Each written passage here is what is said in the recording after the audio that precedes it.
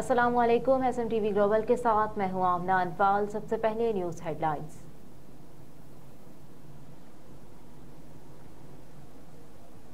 वज़ीर आला पंजाब की रिंग रोड मंसूबा बर वक्त मुकम्मल करने की हिदायत। वज़ीर आला पंजाब मरियम नवाज ने रावलपिंडी रिंग रोड प्रोजेक्ट की साइट का दौरा किया और मंसूबे पर जारी कामों का जायजा लिया। इस मौके पर उन्हें मंसूबे के बारे में ब्रीफिंग दी गई। इस मौके पर गुफ्तगू करते हुए मरियम नवाज ने कहा कि मंसूबे को मुकर्ररा वक्त पर मुकम्मल किया जाए। प्रोजेक्ट के मयार और क्वालिटी पर कोई समझौता नहीं होगा। अगर मंसूबे की तकमील में कोई रुकावटें हैं तो फौरी आगाह करें। रिंग रोड मंसूबे के लिए फंड्स की कमी नहीं आने देंगे। मरियम नवाज ने कहा कि मंसूबे में ओवरहेड ब्रिजेस के मयार पर कोई समझौता नहीं होगा। रिंग रोड पर रेस्ट एरियाज के लिए साइट्स की निशानदही करके आगाह किया जाए।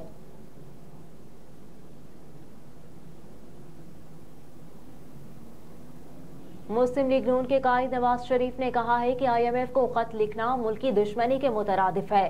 पार्लियामेंट हाउस पहुंचने के बाद मीडिया से गुफ्तगू करते हुए नवाज शरीफ ने कहा कि ऐसे खत बानिया PTI लिख सकते हैं, ये उनका वतीरा है। कोई सियासी जमात ऐसे खत नहीं लिख सकती। आप खुद ही नतीजा अखज़ कर लें।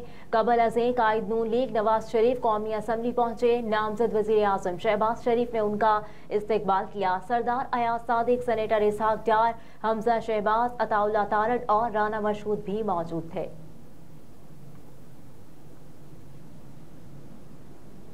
मुस्लिम लीग नून की सेनेटर नुसरत सादिक ने सेनेट की नशिस्त से इस्तीफा दे दिया। सेनेटर नुसरत सादिक ने अपना इस्तीफा चेयरमैन सेनेट संजरानी को पेश किया, जिसे उन्होंने मंजूर कर लिया। सेनेटर नुसरत सादिक बतौर रुकने कौमी असम्बली हल्फ लेंगी।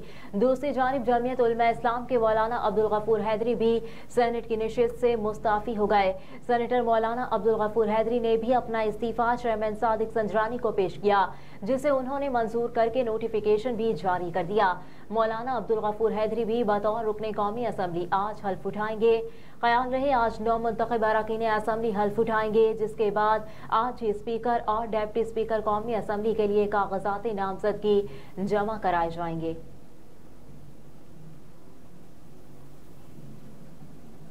मुस्लिम लीग नून के रहनुमा ख्वाजा आसिफ ने कौमी असम्बली में तकरीर के दौरान खड़ी लहरा दी। मुस्लिम लीग नून के रहनुमा ख्वाजा आसिफ ने असम्बली में तकरीर करते हुए कहा कि सुन्नी इत्तेहाद कौंसिल ने कोई लिस्ट नहीं दी। जब लिस्ट है ही नहीं तो मखसूस नशिस्तें नहीं दी जा सकती।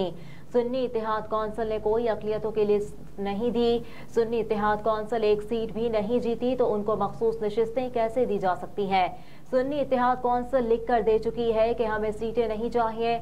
इसी दौरान ख्वाजा आसिफ ने कौमी असम्बली में घड़ी लहरा दी, जिससे ऐवान में बदमज़गी पैदा हो गई। जमशेद दस्ती ने जूता लहरा दिया, जिस पर स्पीकर कौमी असम्बली ने इजलास कल सुबह 10 बजे तक मुलतवी कर दिया।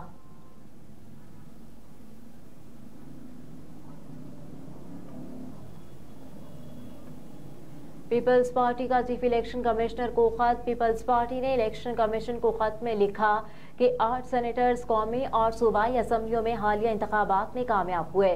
कामयाब सेनेटर्स में यूसुफ रजा गिलानी, अब्दुल गफूर हैदरी, निसार खोड़ो, जाम मेहताब, सरफराज बुगटी, सादिक संजरानी, प्रिंस उमर, नुसरत सादिक शामिल हैं। निगरान वज़ीर आज़म भी सेनेट की नशिस्त से पहले मुस्ताफी हो चुके। खाली नशिस्तों पर फौरी इलेक्शन कराया जाए।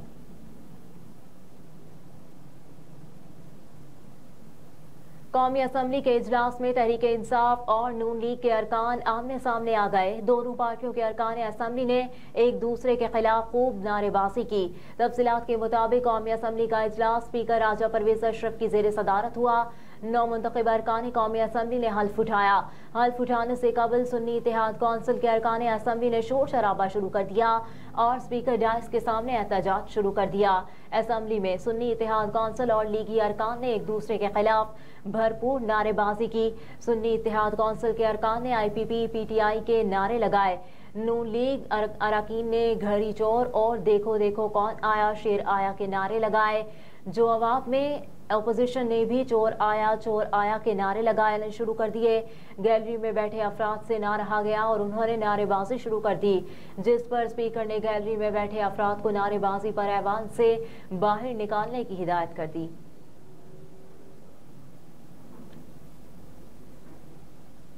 स्पीकर वज़ीर आज़म के इंतखाब का बाइकॉट, मौलाना फजलुर रहमान का अपोजिशन में बैठने का ऐलान। जमीयत उलमा इस्लाम के सरबराह मौलाना फजलुर रहमान ने आइंदा अपोजिशन में बैठने का ऐलान करते हुए कहा कि स्पीकर, डिप्टी स्पीकर और वज़ीर आज़म के इंतखाबात का बाइकआउट करेंगे। कहा कि रात को मुस्लिम लीग नून, पीपल्स पार्टी, बलूचिस्तान अवामी पार्टी और इस्तेकाम पाकिस्तान पार्टी का वफ्द आया। सबसे अच्छी गुफ्तगू हुई। हमारी आपस में बेतकल्लुफी है।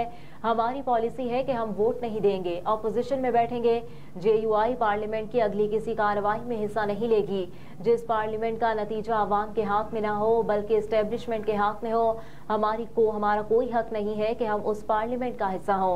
हम इस पार्लियामेंट को आवाम का नुमाइंदा कम और एस्टेब्लिशमेंट का नुमाइंदा ज्यादा मानते हैं।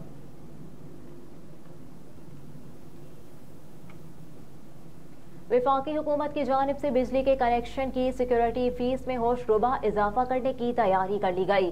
ज़राए के मुताबिक घरेलू सार्फिन के लिए सिक्योरिटी फीस 1220 से बढ़ाकर 18,000 रुपये करने की दरख्वास्त दायर कर दी गई। 10 किलोवाट से कम लोड लेने वाले सार्फिन को 20,000 रुपये फी किलोवाट से अदायगी करना होगी। सिंगल फेज मीटर पर कनेक्शन के लिए सार्फिन को 24,000 रुपये तक अदायगी करना पड़ेगी। दरख्वास्त के वतन में कहा गया कि देही इलाकों में सिक्योरिटी 610 से बढ़ाकर 7,800 रुपये फी किलोवाट करने की इजाजत दी जाए और 10 मरले से जायद अराजी के हामिल सार्फिन से प्रॉपर्टी रेट का 1% लिया जाएगा।